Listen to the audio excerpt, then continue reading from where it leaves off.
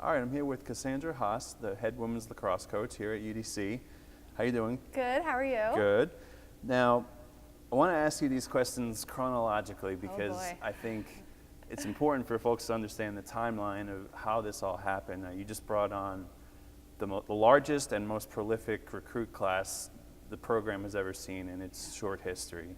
And so let's get to it. You were brought on in November of last year. Was there any time to recruit before that first season?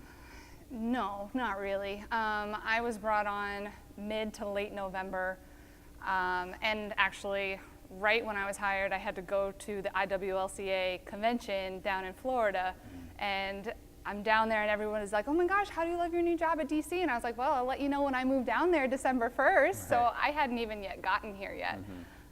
Met the team briefly, and then they're gone for the Christmas season, or the holiday season.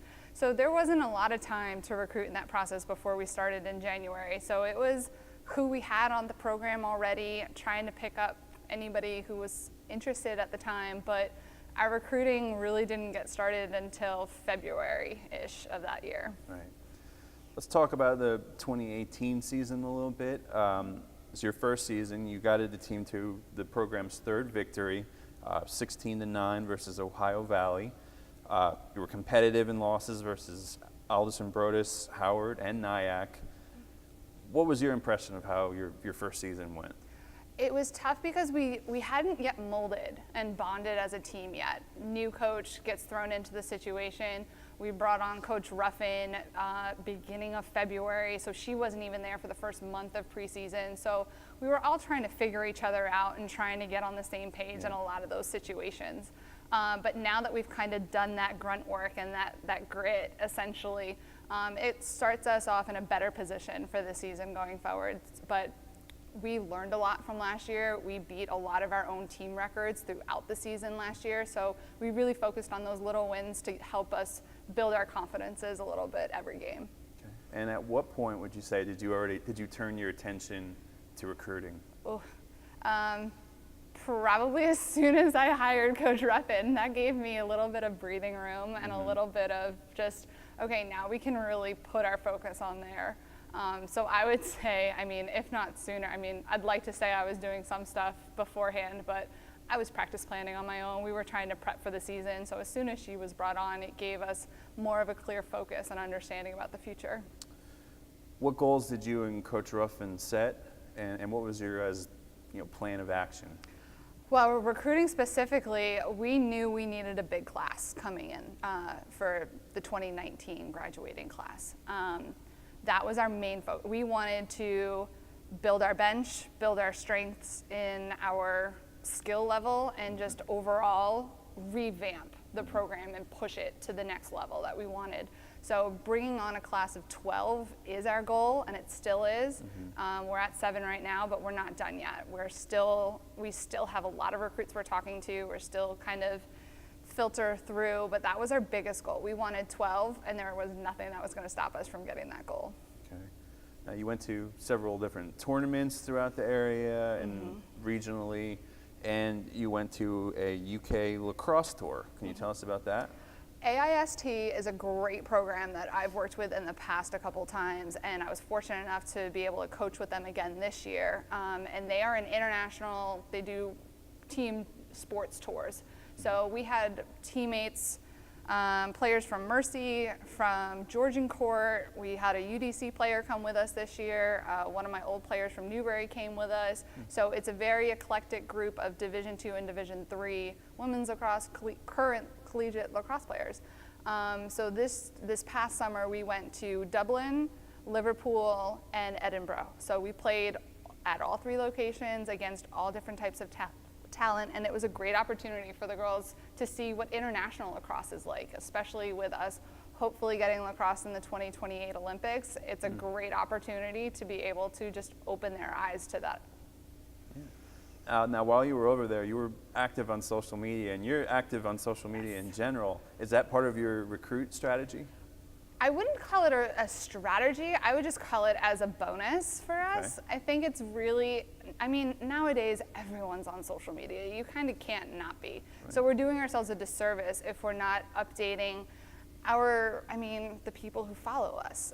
We have a lot of recruits and their families follow us, want to see what we're currently doing. They love when their kids get highlighted and things along those lines.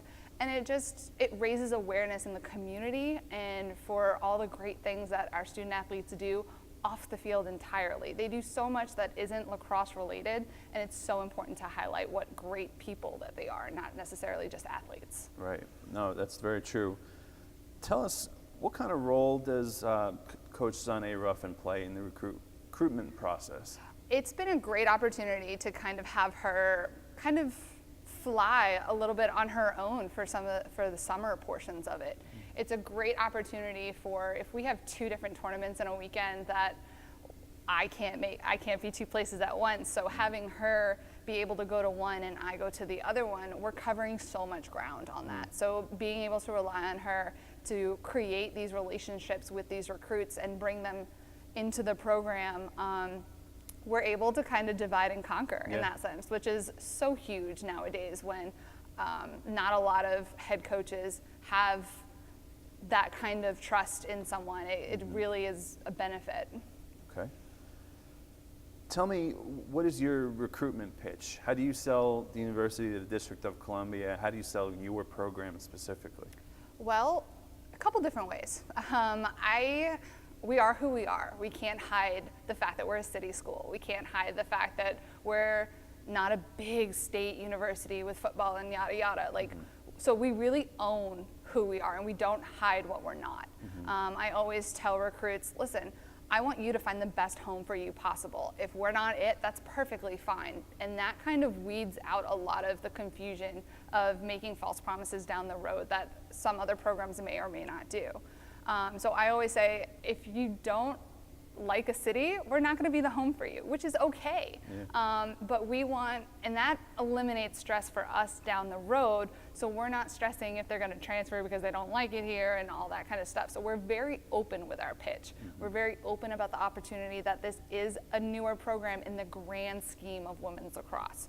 But we're also on a very competitive level with our conference. So you have the opportunity to come here, not only set school records for yourself, but be on a stage that brings attention to not just women's lacrosse, but the diversity in women's lacrosse, which is another huge selling point to a lot of young women nowadays that want that opportunity that might not have gotten it.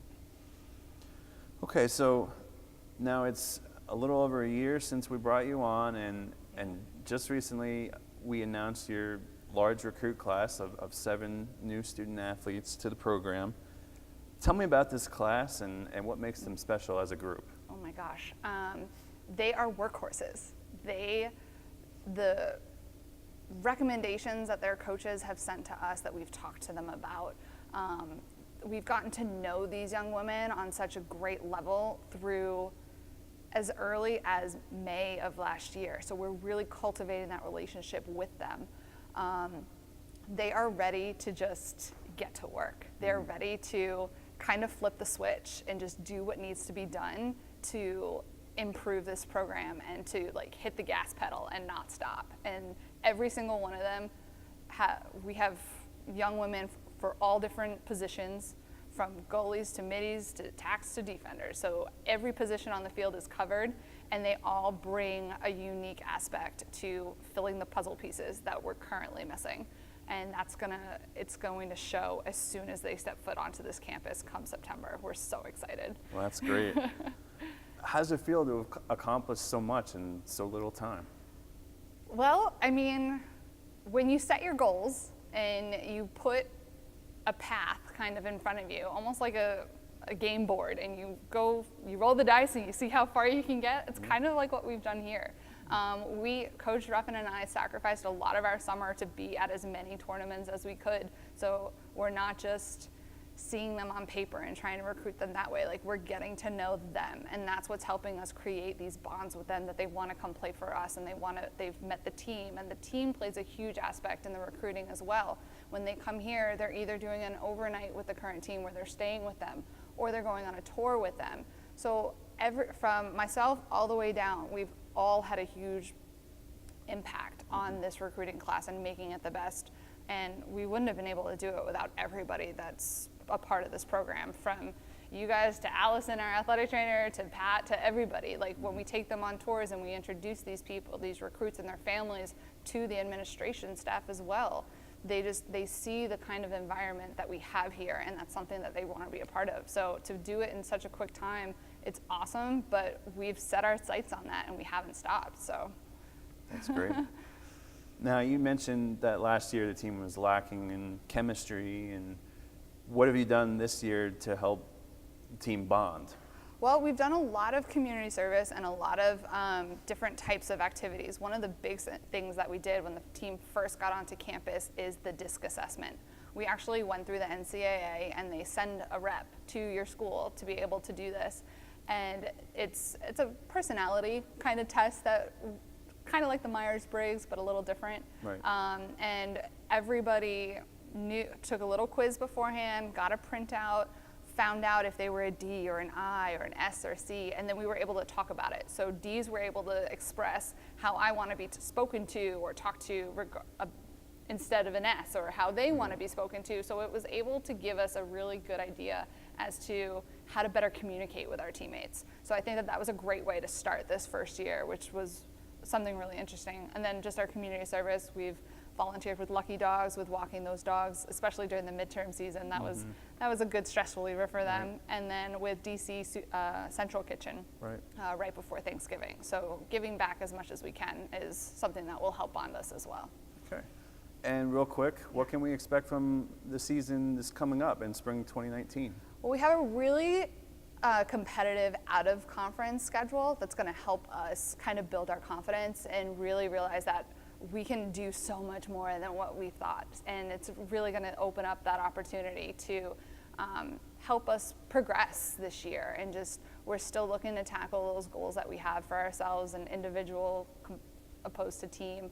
And just really having a fun year this year. We have 3 seniors that will be graduating, so we're trying to make this year as fun as possible for them because this is going to be their last hurrah. So nothing out of the ordinary, but we're excited to give them that last playing opportunity on the UDC field. That's great. Well, we wish you the best of luck. Thank you. We're excited. All right.